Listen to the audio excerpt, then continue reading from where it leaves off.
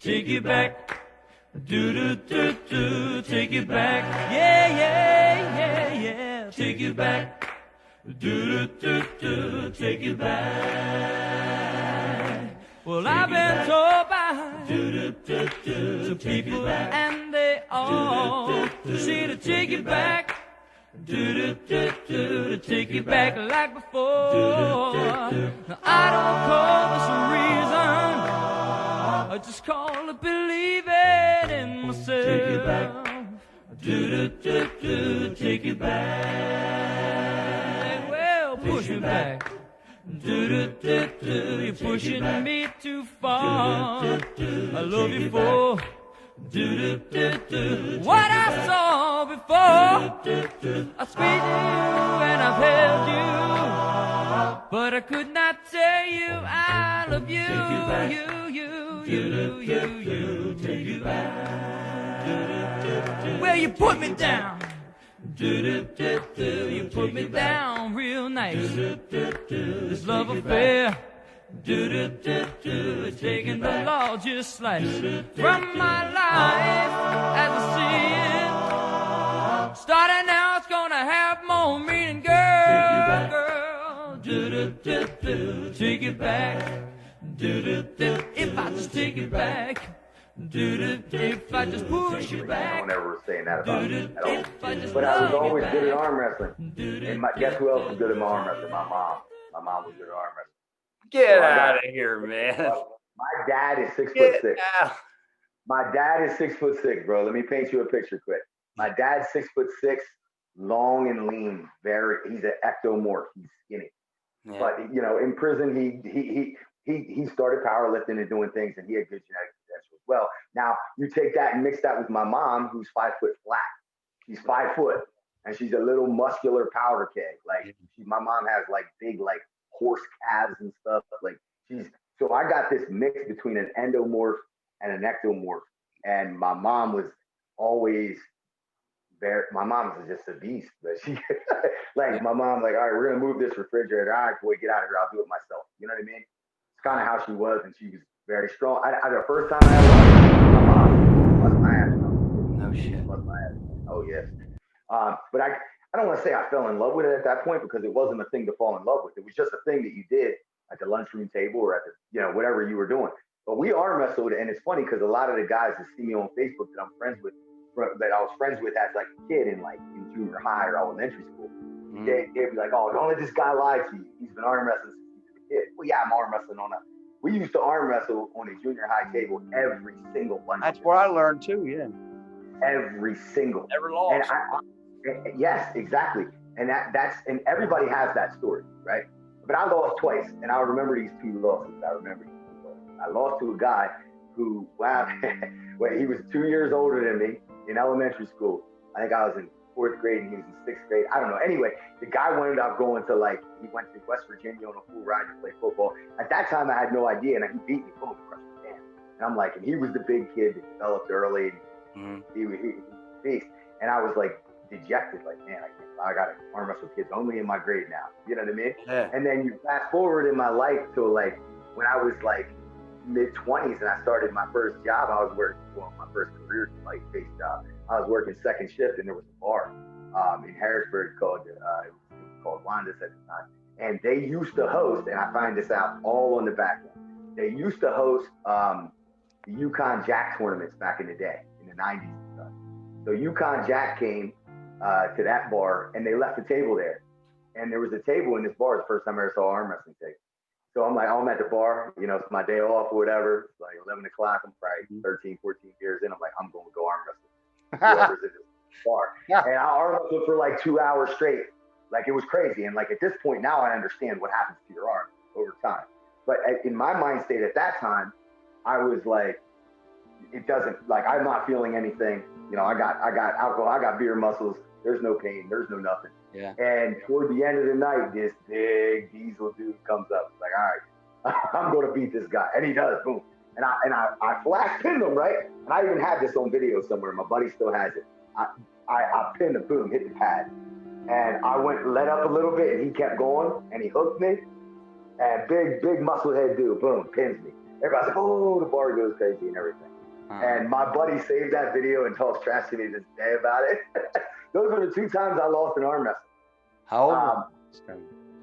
Well, the first time I was in the 4th grade, and then the second time I was probably 24, 25. Well, I guess it would have been a little bit later, late 20. Anyway, so yeah, I mean, I started coaching and everything, and actually one of the guys that coached me in high school that I coach with now, there was another thing that happened. This is actually really what sparked it. So I was downtown Harrisburg. I would have been, I guess, right around. I would have been probably 31, 32, and I'm downtown Harrisburg, hanging out with one of the guys that coached me, who I now coach with, and my high school O-line coach and linebackers coach. So I'm here with like these 3-4 coaches that coached me when I was a kid, right? And now I'm coaching everything, and our relationship has changed. And we're downtown Harrisburg. We're in an outdoor club, and one of the guys, my O-line coach, had a buddy from back home in Berwick in the Cole region area, and he was a smaller guy, maybe like a 185-pound guy.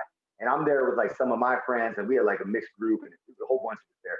And we're out there, we're at this bar, big old club, bunch of people around, and one of my buddies who didn't know the guys that coached me and everything they were saying something about arm wrestling. So somehow arm wrestling came up, and my coach, my high school coach's buddy from back home was like, I'll beat anyone in this place in arm wrestling.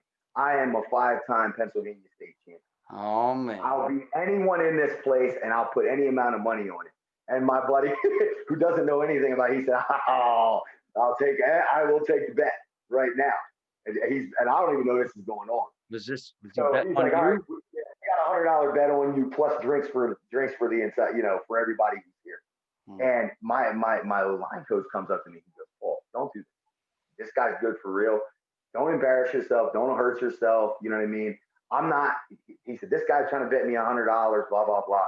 I don't want it. He's gonna take your money. Don't do it. Don't do it." And I was like, "Oh, I say he's like 185. What do you mean? Like, don't do what? What are you talking about? Yeah. It's 100. It's not my money. He's betting it."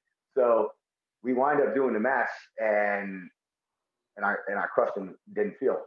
You know what I mean? And then he was like, "No. We gotta do it again. That's the 3." And then the next time, boom, I just held him and looked at him like, "What are you talking about? Is this supposed to be hard?" Pay the man. Yeah, pay the man. Yeah. So anyway, we fast forward to maybe like a year or 2 later, and the guy that I coach with now, he was like, "You're pretty good at arm wrestling. Is there any competitions? Don't you want to go?" And I said, "That's funny, because I looked a couple up, and I found our old buddy Nitro. I found one of his tournaments. He's the guy he brings everyone in, man. He's like Yoda. Yeah. He's like the Yoda arm wrestling. Yeah. But I found a Piston tournament, and this guy who coached me when I was a kid, and I coach with now, he said, I will roll with you. Let's go. And I just showed up, and that's how it happened. I went, and I pulled novice, and the class was 198 plus, and I weighed like 208 or something like that, and I beat everyone, both arms, didn't really feel anything. And then I pulled the open, and I lost to Bill Runkle and Joe Galgochi. So that was like, okay, this is my first tournament. Don't know how to arm wrestle. No training, no nothing. But I beat Mike Runkle, which was an inspiring match for me. That's his brother. Yeah. Yes, and Mike's very good. And I was able, just it's speed and initiation, I was able to beat Mike Runkle. And I think that was kind of like, Ice came up to me. Ice was one of the few people, because it was very weird. It was very weird. Like Nitro, like obviously he gave me his spiel, like I'll 10 times your power in 5 seconds. He does that to everybody. Yeah. But he did. He showed me how to stand at the table. He showed me like some basic stuff. It was good. You know what I mean? But like Ice was the one that came up to me and was like, "Yo, give me your contact information. Like I'll come to you. We'll practice. You have to keep arming." And I tweaked something in my shoulder that day, and I haven't been able to bench press completely down to my chest. It happened again. It happened against Mike Runkle. Like I hit myself outside of my shoulder and just pulled through it anyway. And something in my subscap in my right arm has never been the same. So I've never really been able to go back to traditional bench since then. But after that, once again, I kind of was like, I took third in the pros, and I was like, you know, maybe I'm not that good, you know, and I had to kind of go home and sleep on it, watch some more Devin videos.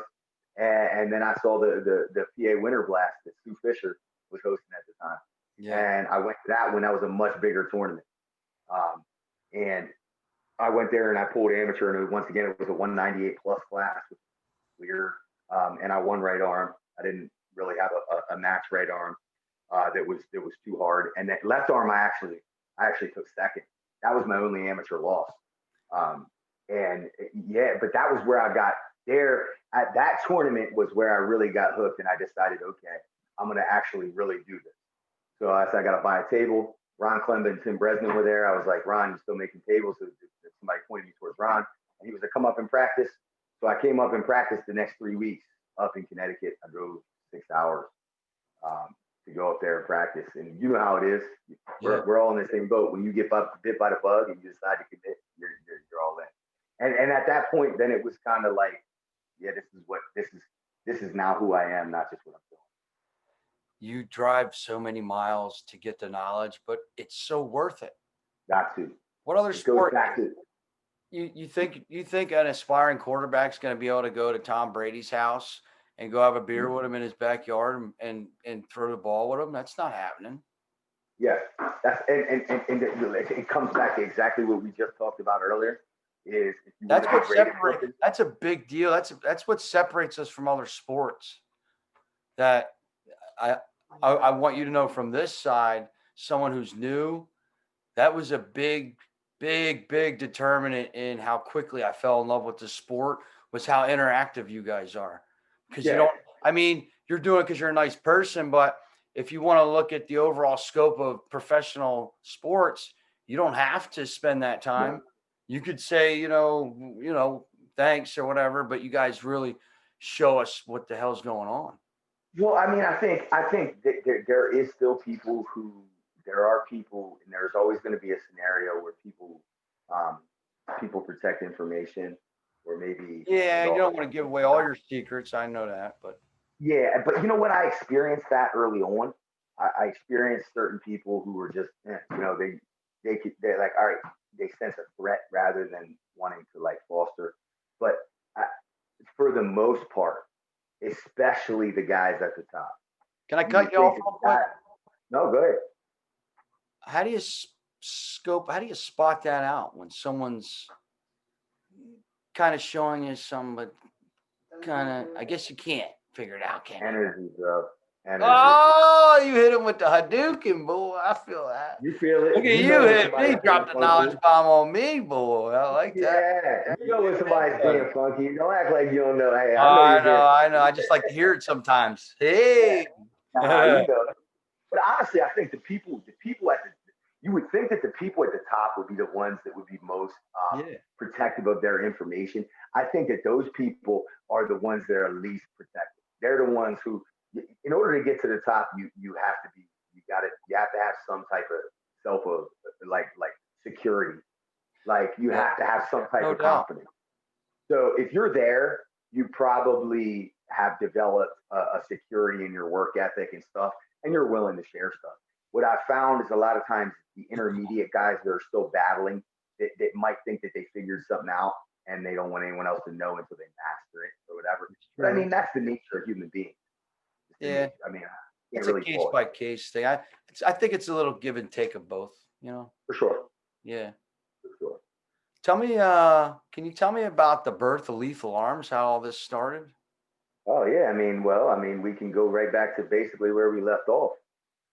So I go up there, I go up to Ron and Tim's, and I get the table, and I'm training up. I'm going back and forth up there, and I'm logging those miles. And at that point, my wife's really, really supportive. She's like, do whatever makes you happy, honey.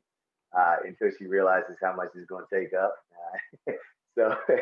But anyway, so after traveling a good bit, I was like, okay, I can't drive 6 hours every week. I can't do it, right? One way. So I got to start. I have to get my weekly training in. And when you're early, you're gung ho, you want to do it twice a week. You want to do it whenever you do it. I was like, I got to find some people to tug on my arm. And Justin, so Tim Lewis actually was one of the first. Tim Lewis pretty much was one of the first people to propel me into this sport.